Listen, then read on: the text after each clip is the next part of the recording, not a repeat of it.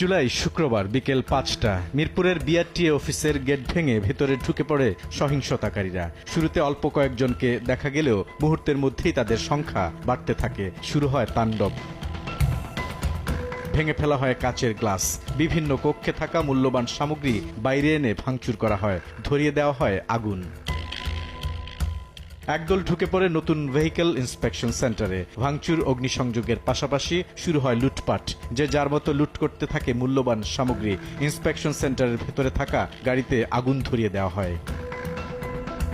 পুরাতন vehicle inspection সেন্টারেও ঢুকে একই তাণ্ডব। মুখে মাস্ক, হাতে লাঠিসোঁটা, কারো হাতে ধারালো অস্ত্র।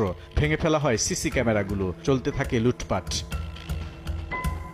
১ নম্বর, ২ নম্বর ভবন, নতুন ও পুরাতন ভেহিকেল ইন্সপেকশন সেন্টারের বিভিন্ন কক্ষে ভাঙচুর, গুরুত্বপূর্ণ মালামাল লুট করা সহ গাড়িতে অগ্নিসংযোগ করতে থাকে দুর্বৃত্তরা।